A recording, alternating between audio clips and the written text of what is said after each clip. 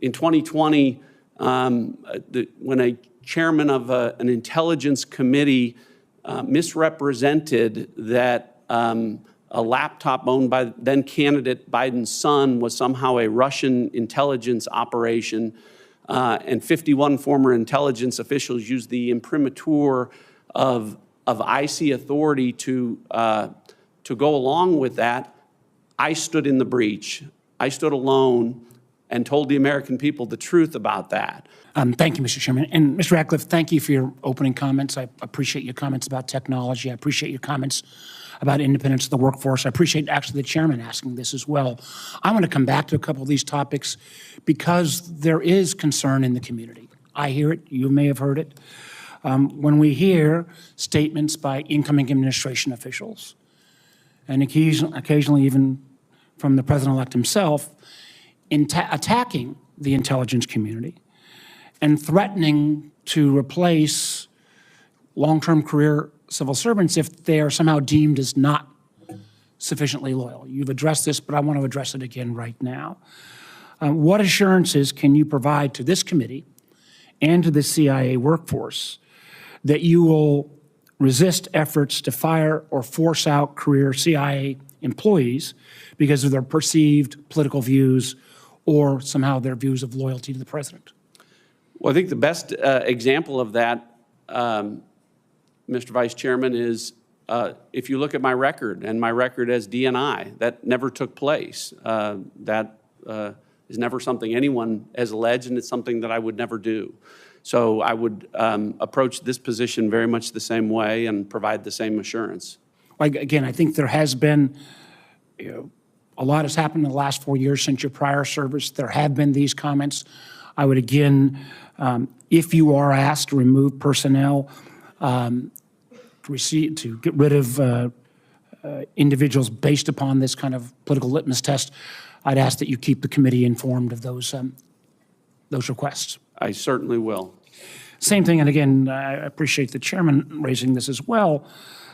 Most important job for you, for the folks at the CIA, speaking truth to power. And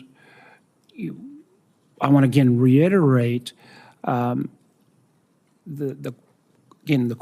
question Senator Cotton raised. You've got to make sure that your analysis is objective, it's not politically influenced. We've got to make sure it's timely.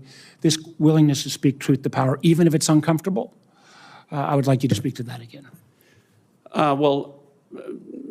Vice Chairman Warner, I appreciated the opportunity for you and I to visit, and as you recall, this issue came up, and I was grateful then, and we'll take this opportunity to talk about what my record is in terms of speaking truth to power. If you recall, we talked about the fact that as a member of Congress, I was the individual who was outside the Judiciary Committee in 2019 listening to the former FBI Director Jim Comey say that my line of questioning was political, that the idea that intelligence authorities at the FISA court being abused couldn't possibly happen, was a bunch of nonsense. But I had reviewed those applications, and I knew that I was speaking truth to power, and the Inspector General and the subsequent FBI director later confirmed that under oath. To that point, Director Wray this week in his exit interview said that China was the defining threat of our generation. I wrote that and said that 4 years ago as DNI, and when I did, I was accused of being political, but I wasn't. I was speaking truth to power. I wasn't outsizing the threat from China. In 2020, when a chairman of an intelligence committee misrepresented that a laptop owned by then candidate Biden's son was somehow a Russian intelligence operation, and 51 former intelligence officials used the imprimatur of IC authority to go along with that, I stood in the breach. I stood alone and told the American people the truth about that. So I think my record in terms of speaking truth to power and defending the intelligence community and its good work is very clear. And what I can assure you is those types of instances, if I'm in that position as CIA director and have to do that again, as uncomfortable as that can be, to be accused, the truth will ultimately defend itself, and I think that intelligence will as well. And the truth will defend itself even if that truth is counter to the views of a current administration. At the end of the day, it has to be back to the truth. I've got time for one last question. As you well know, our intelligence community is the best in the world, but we also receive enormous amounts of benefit from our partners around the world. We've got to make sure, and obviously the president has the right to declassify information, but we've seen that willingness to declassify in advance of Putin's brutal attack on Ukraine used effectively. But as we think about that declassification, particularly if it's done below the presidential level, making sure we consider the sources and methods of our allies, there's no requirement that intelligence is shared. It is based on a trust relationship. I'd like you to briefly speak to making sure that we maintain that trust relationship with the very valuable information we see from our allies and partners around the world. Well, I agree completely. As DNI, I was able to experience what you just said. We do have the best intelligence enterprise in the world, but we have great partners around the world that we work with to do great things to improve not just our national security posture, but theirs. And that is reliant upon mutual trust and respect for intelligence sharing between intelligence agencies. And as CIA director, if confirmed, I'll understand that improving our national security posture and protecting the American people will be absolutely dependent upon maintaining those relationships and maintaining that trust. I also, one quick thing I want to mention was I appreciate your answer to Senator Heinrich's question about appearance here. I think we do have a unique situation in America where we have public congressional oversight. I think it's critically important to help restore that trust, and I appreciate your commitment to appear and testify. And this topic I'm going to raise in closed, but I wanted to also at least get you out, get you on the opening, and think you will concur. Senator Cotton, the chairman pointed out a number of times when the IC didn't get it right over recent times, and I think, I'm not sure we'll ever get an all-seeing IC, but one area that I've been particularly concerned about is the ability for the IC to monitor technology advancement.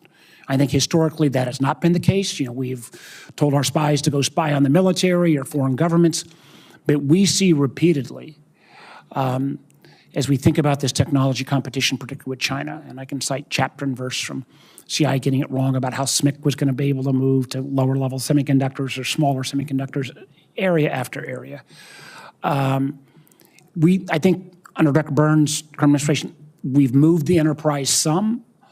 I think we've still got a lot more to do, but I did want you in this public setting to weigh in on your thoughts on how it is absolutely critical that the CIA is able to not only look at our adversaries in terms of government and military presence, but clearly in this technology competition and how we have to up our game in terms of collection. Yeah, agree 100% completely. You talked about it, Senator, earlier in terms of, military threats are one thing, but, as you know, I believe, for instance, the NSA, we have the best code makers and code breakers in the world, but if China gets to quantum computing before we do, that causes a real problem. We've got to win the war, the race on technology, stay ahead of the technology curve, and part of that is, when we talk about, technology as a tool and a target is, we've got to disrupt. CIA has to play a really important role in disrupting our adversaries' technologies in terms of trying to get ahead of us. So you mentioned semiconductors. We all know that the issue that relates to Taiwan, and that 95% of advanced semiconductors are there, and we're trying to address those supply chain issues. But we can do things, and the CIA must do things to disrupt how our adversaries are dealing with their supply chain issues in regard to that. That's just one example. Well, thank you, Mr. Chairman. Thank you. For the information of senators, we intend to hold a committee vote on Mr. Ratcliffe's nomination as soon as possible, most likely on Monday afternoon. Therefore, any member who wishes to submit questions for the record after today's hearing, please do so by close of business tomorrow. Mr. Ratcliffe, I presume we can expect you to provide your replies even more promptly. Thank you all. The open session of this hearing is adjourned. We will reconvene in closed session in 30 minutes. That will be at 12:37 p.m. Thank you. Thank you.